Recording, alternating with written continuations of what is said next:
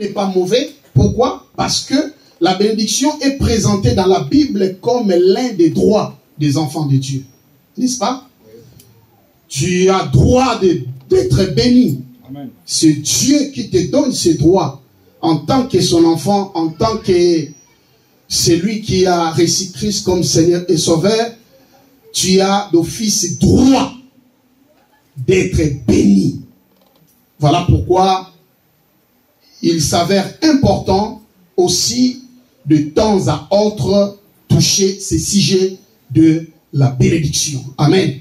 Amen. Parler de la bénédiction ne signifie pas qu'on vous éloigne dans la préparation du salut éternel.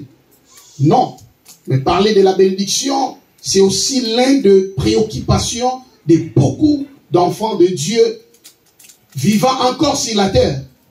Amen. Amen. Parce qu'aussi longtemps que tu vis sur la terre, sache-le, tu auras besoin de vivre, d'expérimenter les bonheurs, les bienfaits de Dieu, les merveilles de Dieu, les bontés de Dieu en termes de bénédiction. Amen. Amen. Et si vous lisez toute la Bible, le terme bénédiction est mentionné plus de 400 fois.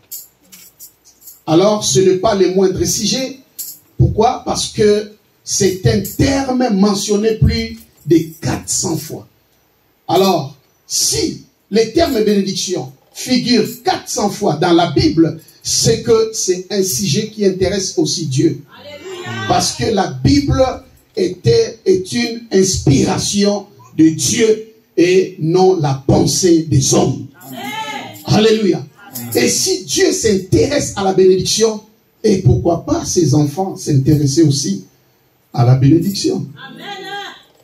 Alléluia. Amen. Voilà pourquoi nous voulons réfléchir, nous voulons penser, nous voulons éloigner un peu nos réflexions par rapport à ces sujets.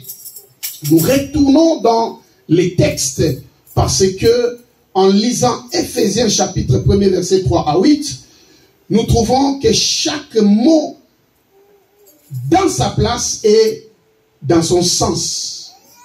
Écoute, la Bible dit, béni soit Dieu, le Père de notre Seigneur Jésus-Christ, qui nous a bénis. Ma première question sera, qui nous a bénis? Dieu, le Père. Voilà, il faut bien répondre. Dieu, le Père. Merci, pasteur.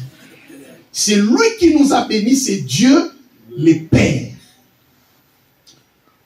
Et la Bible continue à dire, de toutes, je préfère ajouter sortes, parce que dans cette version, il n'y a pas de sortes, de toutes sortes de bénédictions spirituelles. Amen. Ces bénédictions à quelle nature? Spirituelle. Nature spirituelle, n'est-ce pas? Voilà. Dans le lieu céleste en Christ. Ces bénédictions spirituelles se trouvent où? Dans le lieu céleste. En Christ dans le lieu céleste. Ok.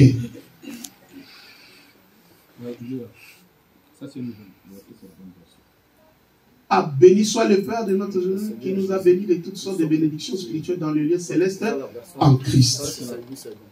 Amen. Amen. Voilà. Maintenant, la grande préoccupation est que nos bénédictions sont des bénédictions. La Bible ne dit pas béni soit Dieu le Père qui nous bénira. Alléluia. Est-ce que la Bible dit il nous bénira? Non. Mais la Bible dit quoi? Qui nous a bénis. Amen. Alléluia. Alléluia. Amen. Cela signifie que tel que nous sommes là, nous sommes déjà bénis. Donc, en termes de bénédiction, la bénédiction, c'est déjà une chose acquise. Ce n'est pas quelque chose qu'on peut encore rechercher. Amen. Alléluia. Amen. Est-ce que nous comprenons?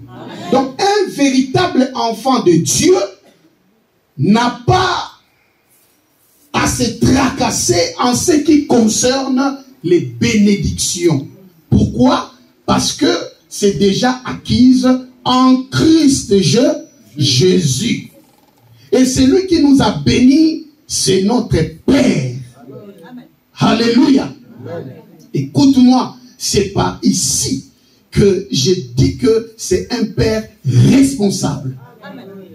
Pourquoi? Parce qu'il a compris que j'ai des enfants qui auront besoin de bénédictions. Voilà, je les ai bénis. Dieu ne gagne rien en te laissant dans la misère.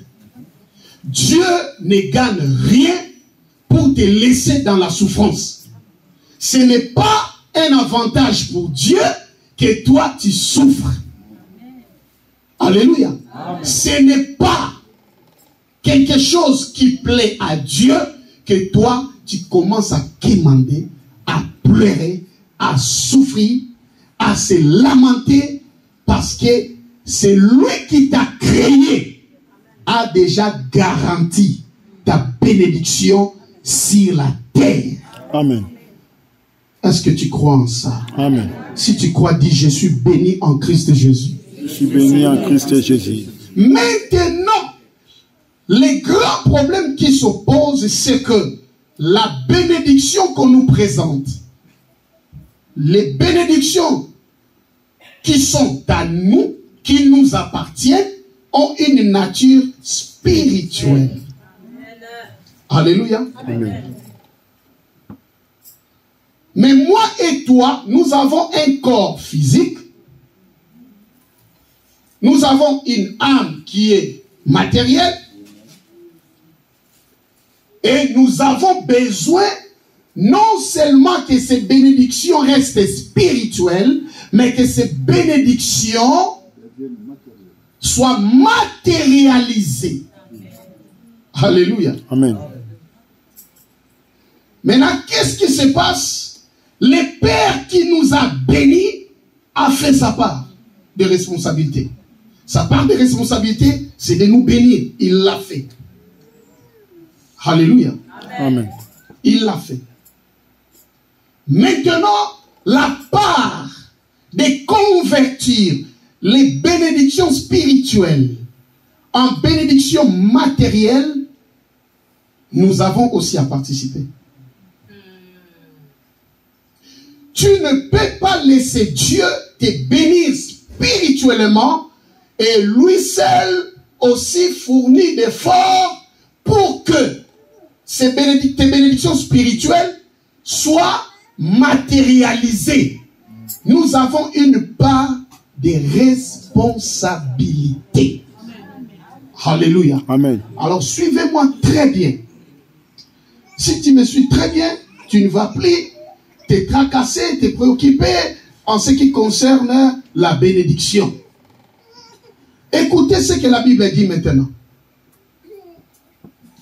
Ces bénédictions se trouvent dans le lieu céleste. Mais toi, tu vis sur la terre.